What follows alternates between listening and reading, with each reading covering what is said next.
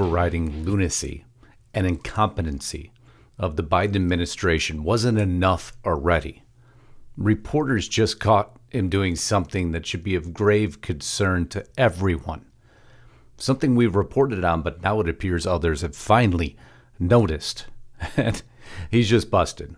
What will happen, no one knows entirely, but that was only one of the major developments that occurred over the last 24 hours. And of course, what you've been hearing is only a portion of the story we're going to cover today. Planes, guns, night vision goggles, the Taliban's new U.S.-made war chest. But what about those other two major developments that occurred? That both of which are banned from any conversations here. So all I can do is move that over to Restricted Republic, which I'll do this afternoon. This is the one you need to see. It's why we created the alternate platform. Boom.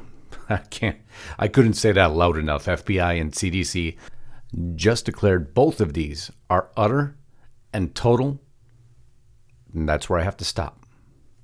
It's unfortunate as that is. It's why we created Restricted Republic. It's what you see up on your screen right now. And that's just a portion of the catalog that grows exponentially every day. Exclusive content banned everywhere else. But that's why you need to get over there. 2 discount codes to help you do that today. Discount code FREEDOM, 24 months, $5 a month, 14 days for free. Discount code SAVE10 at annual checkout, $10 off the annual subscription, 14 days for free. Cancel anytime. When you see the comments, you see the family, you see the videos, you'll understand why you finally found your final source for news. And today is the quintessential example of how multiple narratives just and not by some outside lunatic source. No, by the FBI and the CDC. That's all we can say here. Get over to Restricted Republic. I promise you will not regret that decision today. But now let's get back to this broadcast. The unfortunate headlines on Reuters read, U.S. troops may stay in Afghanistan past an August 31st deadline to evacuate Americans, Joe Biden said, and the Pentagon said the U.S. military does not currently have the ability to reach people beyond Kabul airport. Well, if we've learned anything, don't listen to Joe Biden or the Pentagon, who is failing miserably. The Taliban urged crowds of Afghans waiting outside Kabul airport in the hopes of fleeing the country to go home, saying they did not want to hurt anyone. A day after Taliban fighters fired at protesters, killing 3. But don't worry, we're not the same Taliban anymore. But no, because this time we're much different. This time we've been inadvertently armed by the Biden administration and the Pentagon. At all. We're just going to start recording. These are all just abandoned weapons. PPE, and there's no guards at all. We're just in a fucking parking lot. I could just grab an AK if I wanted one. But that again is just a portion of the story, just a portion of what occurred, of course. Because now they've gone from not having an advanced set of weapons to being granted by the Biden administration and the Pentagon a full set of weapons. And again, just the beginning, look how well armed they now are. Isn't this wonderful? The evacuation just went so smoothly. Well, I told you it's a step further. I'll turn off the volume here because many of you are familiar with what you're about to see. And that's correct. That is a Black Hawk helicopter. But let's advance just a step further because that's one into where they go, and there's another one on the tarmac, but that's not all. No, he eventually walks around the corner, and when he does so, you see 1, 2, 3 more Black Hawk helicopters. So I guess our tax dollars mean nothing to this administration. How much did we just give away to the Taliban? And you're going to dare ask me for a tax increase? Oh, no. If you're not responsible enough to control your money on a war front, our money on a war front, then why would I comply with more taxes being put on me? That's unethical. It's irresponsible. That's not okay, Joe.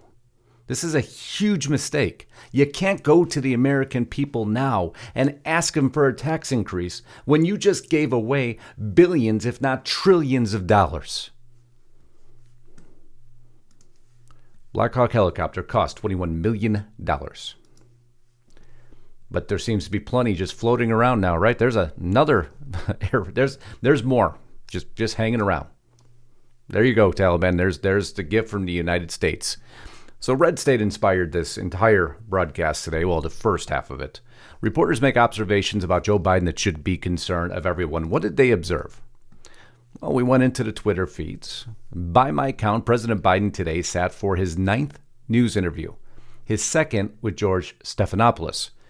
Compared with his predecessors at the same point in the presidency, Trump had already given 50 interviews. Obama had already given 113.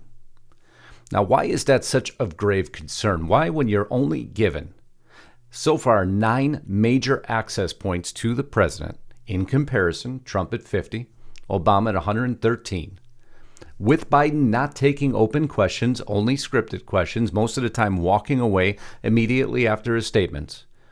That is, on the global stage, a major world leader who's only been seen 9 times, who just had a horrific botched withdrawal from Afghanistan, but yet won't answer questions and won't show up in front of the camera. That brings into question accountability. Why is he so fearful to take questions? Why will he not answer for his actions? And when he does, it's in front of those in the media who already handed him his questions to read. And even then, he messes up the answers. Grave, grave concern when a president has an inability to address the press and the public.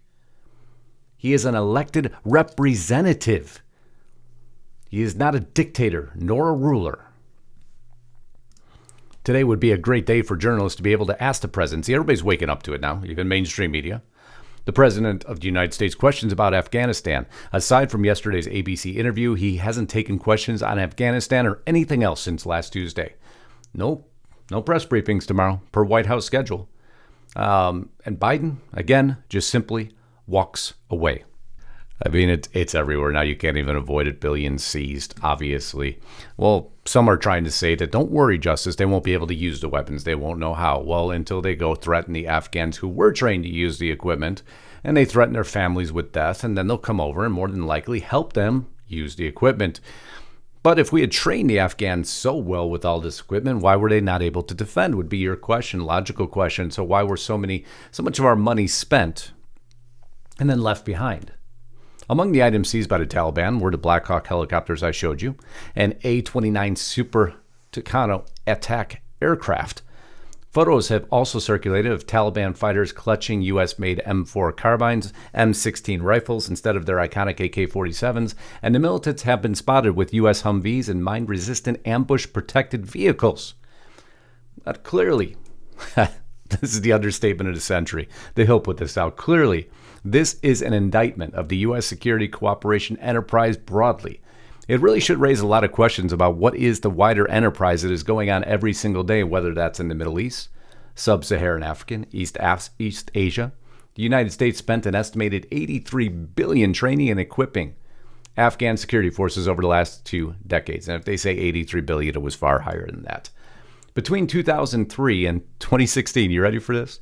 We transferred nearly seven. I'm going to round these off so we don't have to read it in great detail. 76,000 vehicles, 600,000 weapons, 163,000 pieces of communication equipment, 208 aircraft, 16,000 pieces of intelligence, surveillance, and reconnaissance equipment to Afghan forces, according to 2017 government accountability also. From 2017 to 2019, we then gave the Afghan forces 7,000 machine guns, 5,000 Humvees, 20,000 hand grenades, 2,500 bombs, and 1,500 grenade launchers, other equipment, according to last year's Special Inspector General for Afghanistan. And now where's all those assets at? Maybe we should ask Defense Secretary Lloyd Austin, because he'll certainly know, right? Maybe not. What did Marco Rubio have to say about it? As we watched the images coming out of Afghanistan as the Taliban retook the country, we were horrified to see U.S. equipment, including Black Hawks, in the hands of the Taliban. The 25 senators led by Senator Marco Rubio wrote in a letter to Defense Secretary Lloyd Austin. He's got some questions to answer. Well, maybe we could go to Mark Miley. Maybe he'll give a better response. Not going to happen. That's the chairman of the Joint Chiefs of Staff. We obviously have capabilities, he stated. We don't obviously want to see our equipment in the hands of those who would act against our interest or the interests of the Afghan people and increase violence and insecurity inside Afghanistan.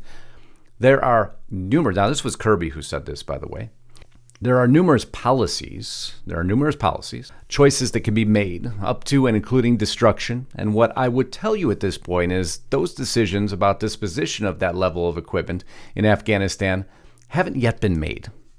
So what do they say there? Hey, we have no capacity to get them out, so we'll just blow up all your tax dollars.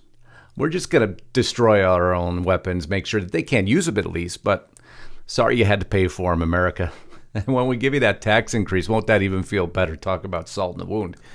In July, Biden had confidently, now this is where it gets really bad. Many of you may hopefully connected dots yesterday. It was painted everywhere, but of course they always go and put some bullet points afterwards to confuse you. In July, Biden confidently said, remember, that the Taliban takeover was highly unlikely, quote unquote. Mark Milley, again, the woke chairman of the Joint Chiefs of Staff, well, he said that there was nothing that I or anyone else saw that indicated a collapse of this army and this government in 11 days. Well, except the fact that you had already been given an internal State Department cable warning that Kabul would collapse. A July memo shows that the administration officials were cautioned about Taliban's quick advance. An internal State Department memo last month warned top agency officials of the potential collapse of Kabul soon after the U.S. August 31st troop withdrawal deadline in Afghanistan. The classified cable represents the clearest evidence yet that the administration had been warned by its own officials on the ground that the Taliban advance was imminent and the Afghanistan's military may be unable to stop it. Wow, we had a trifecta of lies in one day. Trifecta of lies. You stated that you didn't know. Biden stated he didn't know, but he did. Milley stated he didn't know, but he did. And they just ignored it.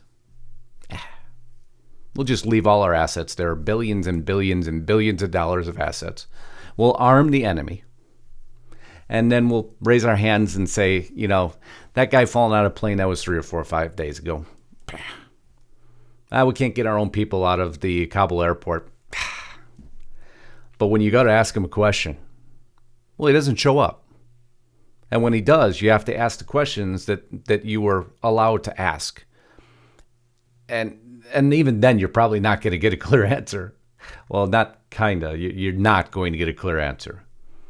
And that's why you need someone who's accountable to the American people to show up for press conferences. More than 9 times since the beginning of your presidency. See, that doesn't work really well with the American people, and it's now not working well with the mainstream media simply because they have nothing else to talk about. That's the only reason they're concerned. But they've learned they could pick on Joe now, who makes critical errors every day. You know, if that isn't enough to tell to every American, what this is what you wanted. This is a disaster. This is a disaster. And if you want to understand an even further disaster, remember I said a trifecta of major lies. A trifecta. You want to have your eyes open? This afternoon, maybe in a couple hours, join me over at Restricted Republic, and I'll show you what a dose of reality feels like. My friends, you ain't going to look at anything the same again. Remember 2 discount codes, discount code FREEDOM or discount code SAVE10 if you want monthly or annual. I can't wait. I can't wait to tell you about this. So until next time, if you haven't subscribed to the channel, please do. I love you all. Godspeed and God bless. Justus Knight, signing out.